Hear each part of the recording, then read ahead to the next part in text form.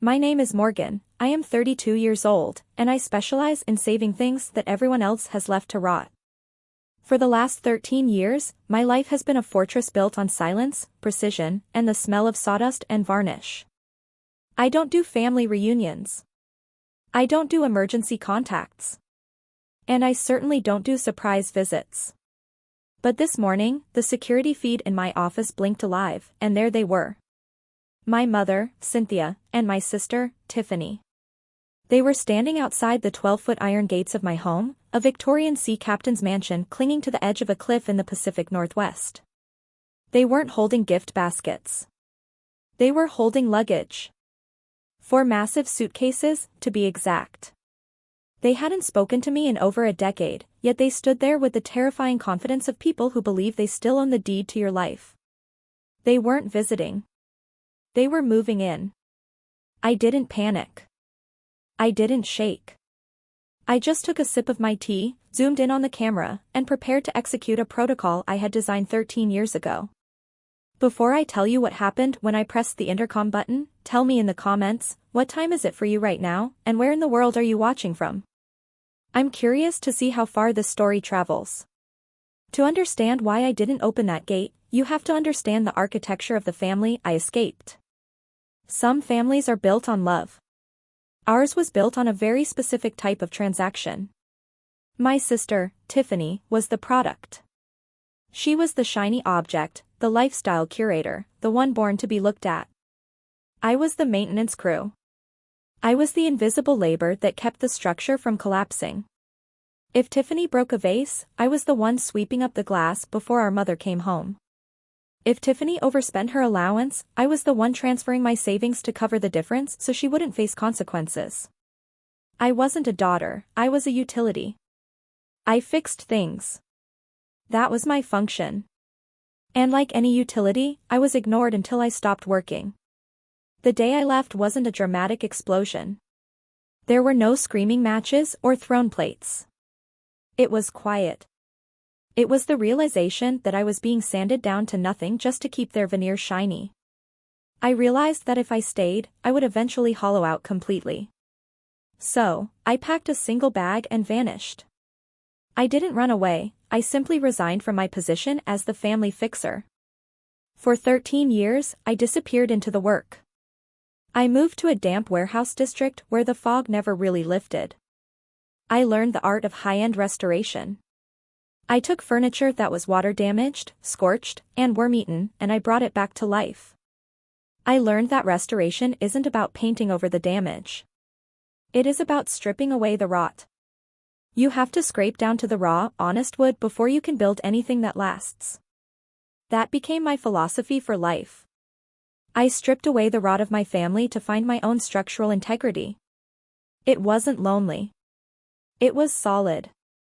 I worked until my hands bled and my back seized up. I lived on coffee and adrenaline. And slowly, the work paid off. Last year, I landed a $4.2 million contract to restore a historic hotel chain. That contract didn't just change my tax bracket, it changed my geography. I bought this estate cash. I bought it because it has walls of stone and gates of iron. I bought it because it is impenetrable. Or at least, I thought it was. Standing there in my office, watching them on the screen, I realized that my wealth had done the one thing I never wanted it to do. It had sent up a flare. They hadn't come for me. They had come for the lifestyle they believed I owed them. They looked at my success and saw a resource to be harvested. They didn't see the 13 years of grinding in the dark. They just saw the shine. And they wanted it. I watched Tiffany reach for the intercom button with a manicured finger. She didn't hesitate. She didn't flinch. She pressed it with the entitlement of someone ringing a bell for service. The buzz echoed through my office, a harsh, electronic intrusion into my sanctuary. I leaned forward and pressed the talk button, my voice calm, stripped of any vibration that could be mistaken for warmth. State your business. Tiffany didn't even blink at the coldness of my tone. She smiled right into the camera lens, a practiced, bright expression she probably used for her followers. Surprise, she chirped. We are home. I manifested this, Morgan. I literally put a picture of a house just like this on my vision board 3 years ago, and look, the universe delivered. Open up. We have so much to unpack. Then my mother, Cynthia, leaned in. Her face was older, lined with the kind of stress that comes from maintaining a lie for too long, but her eyes were the same. They were wet, pleading, weaponized. Morgan, honey, please. Don't make a scene. We've come such a long way. Just open the gate so we can be a family again. I took my finger off the button and let the silence stretch. In that pause, I felt the old programming try to kick in. The instinct to smooth things over, to fix the discomfort, to be the utility they needed me to be. But I wasn't that person anymore. I was a restorer. And in my line of work, I have learned a fundamental truth about structure. You cannot build on top of rot. When I restore a piece of furniture, say a 19th century oak desk that has been left in a damp basement, I don't just polish the surface. That is what my mother does. She polishes the surface while the legs are eaten away by termites. No, I strip it down. I take sandpaper and chemicals, and I remove every layer of varnish, paint, and grime until I hit the raw wood. Sometimes, the damage is so deep that you have to cut entire sections out to save the piece. You have to remove the rot to preserve the structural integrity. That is what I did 13 years ago. Cutting them off wasn't an act of cruelty. It was an act of restoration. I had to sand them away to find the solid person underneath. I had to remove the warped, water-damaged parts of my life so I could stand upright again. Opening that gate now wouldn't be kindness. It would be reintroducing the infestation I had spent over a decade eradicating. I pressed the button again. You are trespassing. You have 5 minutes to remove yourselves and your property from my driveway before I contact local law enforcement. This is not a negotiation. Do not ring this bell again. I released the button and turned off the audio feed. I didn't want to hear their protests. I didn't want to hear Tiffany's shock or my mother's wailing. I turned back to my tea, my hand perfectly steady. I had reinforced my walls. I had treated the wood. The structure would hold. But I underestimated their desperation. I expected them to leave, perhaps after a few minutes of theatrical screaming. I expected them to realize that the old keys didn't work anymore. But they didn't leave. Instead, they set up a siege. I watched on the monitor as Tiffany pulled a camping chair out of one of the suitcases, who packs a camping chair to move into a mansion, and set it up right in front of the gate. She pulled out her phone, clipped it to a ring light she had apparently carried in her tote bag, and started talking. I couldn't hear her, but I knew the script. She was crying now, dabbing at her eyes carefully so as not to ruin her mascara. She was telling her audience that her sister was having a mental breakdown, that she had locked her own mother out in the cold, that they were just trying to help me. She was spinning a narrative of victimhood, using my boundary as proof of my instability. My phone, which I thought was safe, suddenly lit up. They must have kept my old number on file, or maybe they found it online. It started vibrating across my mahogany desk, a relentless, angry buzz. It was my mother. The text came in a rapid-fire sequence that was a perfect case study in emotional whiplash. First, it was the guilt. I can't believe you would treat us like this. After everything I sacrificed for you. Then, the love bombing. We just want to love you, Morgan. We miss you so much. Please let us in. Then, the rage. You ungrateful brat. You think you're better than us just because you have money now? Open this gate or you will regret it. I watched the messages scroll by, analyzing them with the detachment of a scientist observing a specimen. Why were they here? Why now? For years, I asked myself if they missed me. But looking at them now, huddled against my iron gates like refugees, I realized the truth was far more clinical. This wasn't about love. It was about physics.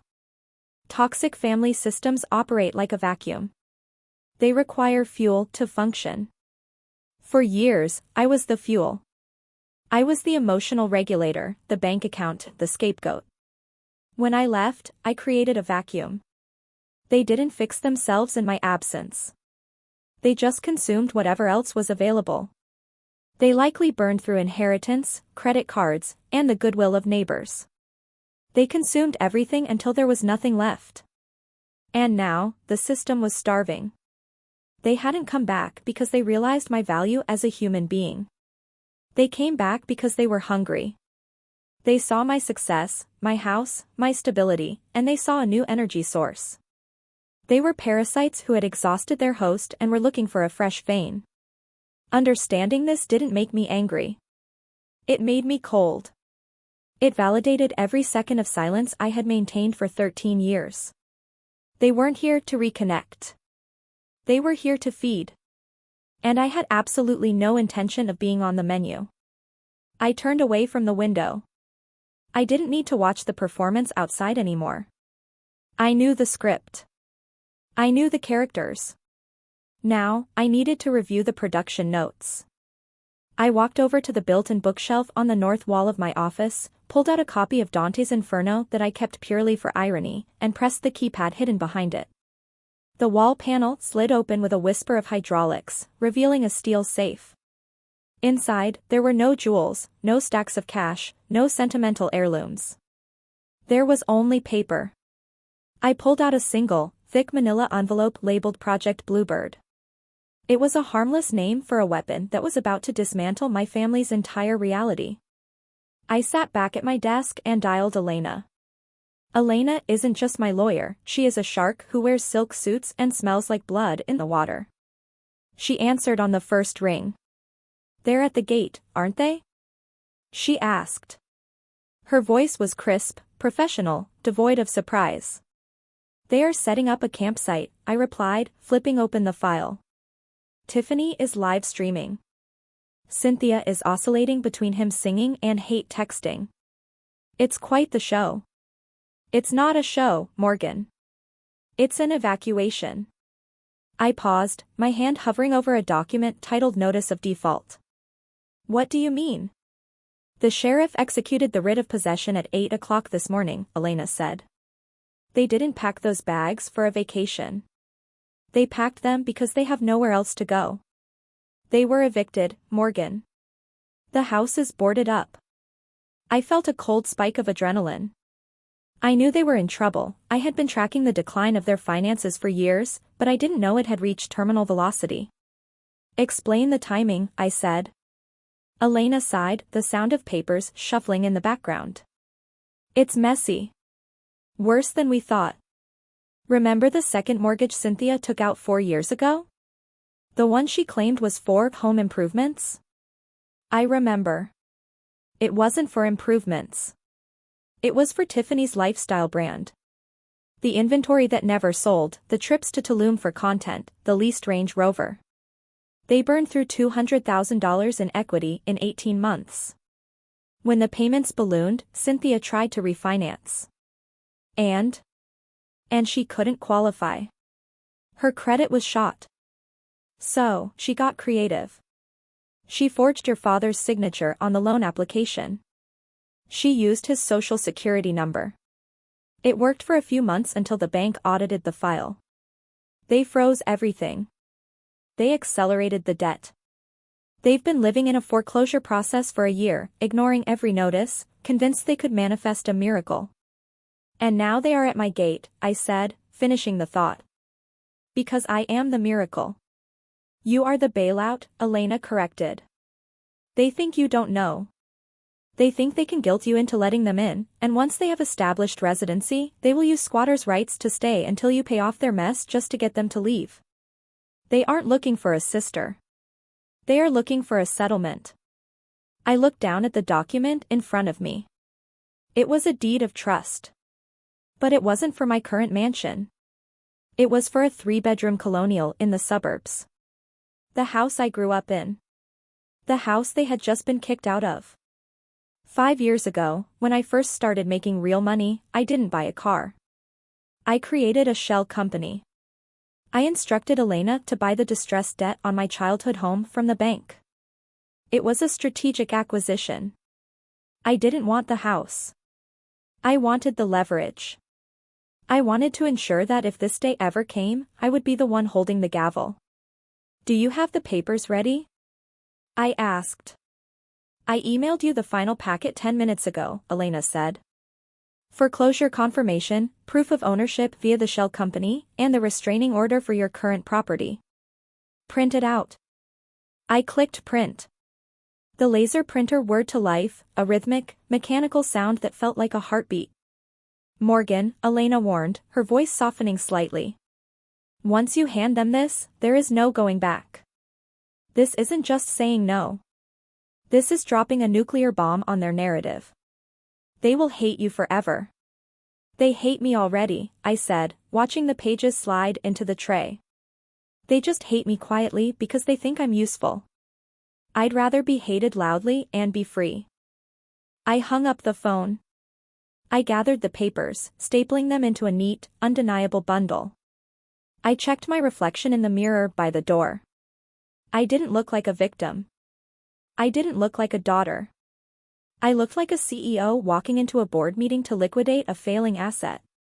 I walked out of my office, down the grand staircase, and out the front door. The air outside was cold, smelling of salt and pine. My Range Rover was parked in the circular drive. I got in, placed the documents on the passenger seat, and drove slowly down the long, winding driveway toward the gate. As I approached, I saw them perk up. Tiffany scrambled out of her camping chair, fixing her hair, checking her camera angle. Cynthia wiped her eyes, composing her face into a mask of relieved martyrdom. They thought I was coming to surrender. They thought the pressure had worked. They thought the vacuum was about to be filled. I stopped the car 10 feet from the gate. I didn't unlock the doors. I stepped out, the gravel crunching under my boots. The iron bars separated us, my sanctuary on one side, their chaos on the other. Morgan. Tiffany squealed, reaching through the bars as if she hadn't just been trashing me to the internet 5 minutes ago. Oh my God, you finally came down. I knew you were just overwhelmed. Let us in, it's freezing out here. Cynthia stepped forward, gripping the bars like a prisoner. You did the right thing, honey. We forgive you. We know you've been under a lot of stress. Just open the gate and we can put all this ugliness behind us. I didn't speak. I walked until I was arm's length from the gate. I looked at them, really looked at them. I saw the desperation beneath the makeup. I saw the fear beneath the arrogance. They were hollow. They were shells of people who had consumed everything around them and were now terrified of the empty space they had created. I didn't open the gate. Instead, I slid the packet of documents through the gap between the bars. What is this? Tiffany asked, staring at the paperwork as if it were a foreign object. Is this the gate code? Read it, I said. Tiffany flipped the cover page. Her eyes scanned the first paragraph. I watched the color drain from her face in real time. It was fascinating, like watching a chemical reaction. She stopped filming. Her mouth opened, but no sound came out. What is it? Cynthia snapped, snatching the papers from her hand. She squinted at the legal text. Notice of foreclosure. Bluebird Holdings. Writ of possession. She looked up at me, confusion warring with horror. Why do you have this? This is our house. Why do you have papers about our house? Look at the signature line on the bottom of page 3, I said calmly. Look at the owner of Bluebird Holdings. Cynthia flipped the page. Her eyes widened. She gasped, a ragged, wet sound. Morgan Reed. You? She whispered. You own the mortgage? I bought the debt 5 years ago, I said. I bought it because I knew you would eventually destroy it. I wanted to make sure that when you fell, you didn't take anyone else down with you. You evicted us? Tiffany screamed, her voice cracking. You're the reason the sheriff came? You made us homeless? No, I corrected her, my voice cutting through her hysteria like a scalpel. You made yourselves homeless. You drained the equity to buy purses and plane tickets. You forged a signature to cover your tracks. That is fraud, Cynthia.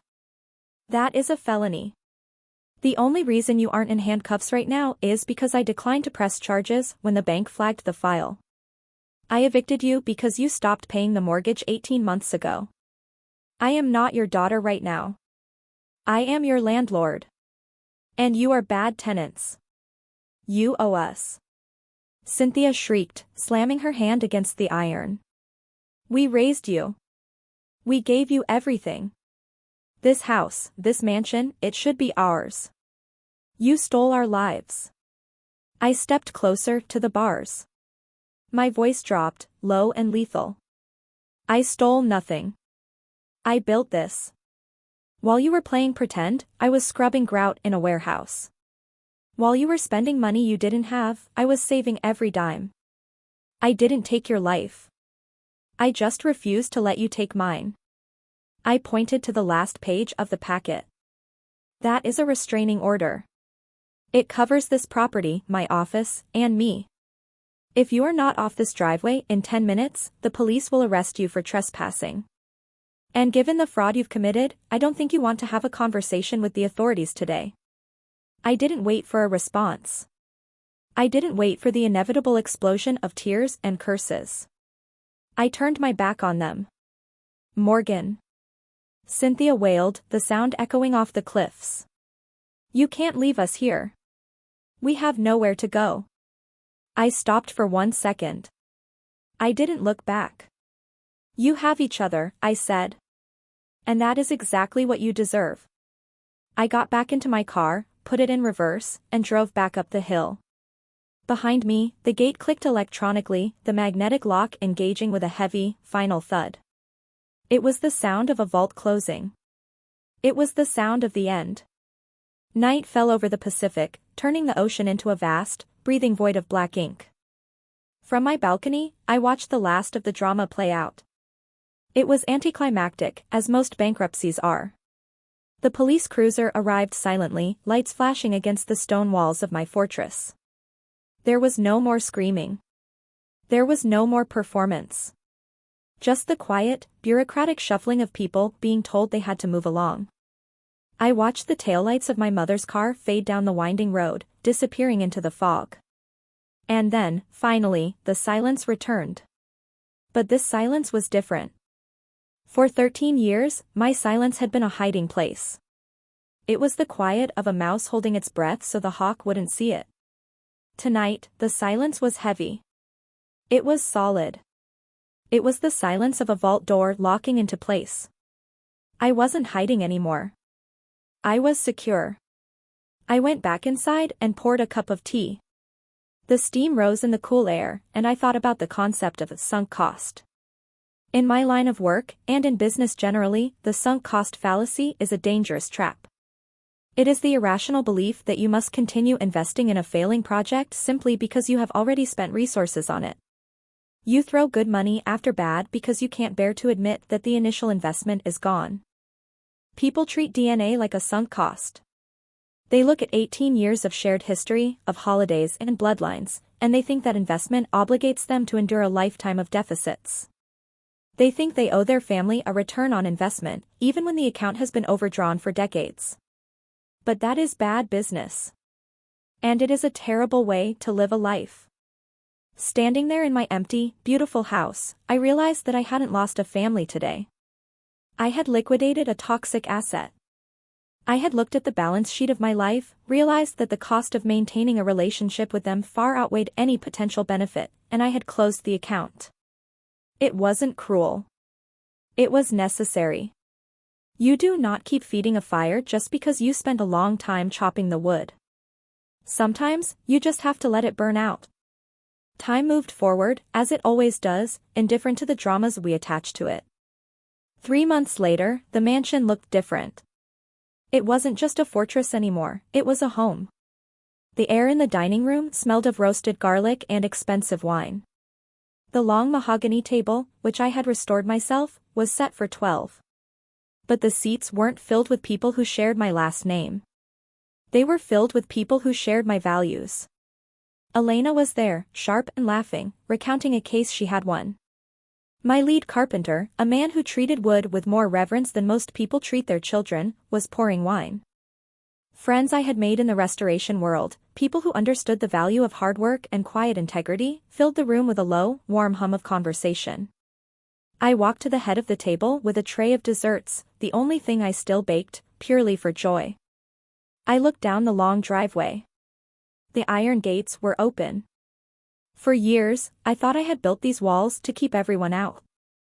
I thought safety meant isolation. But looking at the faces around my table, I realized I had been wrong. I didn't build a fortress to keep the world out. I built it to create a filtration system. The gates weren't there to block connection, they were there to ensure that the only people who entered were the ones who respected the architecture. My mother and sister were gone, drifting somewhere in the vacuum they had created, looking for a new host. I didn't wish them ill. I didn't wish them anything. They were simply a bad investment that I had finally written off. I set the tray down. Someone made a toast to new beginnings. I raised my glass. The crystal chimed, a clear, resonant sound that echoed against the solid, rot-free beams of my home. I wasn't just safe. I was free. Thank you for listening. If this story reminded you of a door you need to lock, or a gate you need to open, share this with someone who needs to hear it. And tell me in the comments, what is the one boundary you are most proud of setting? I read every single one.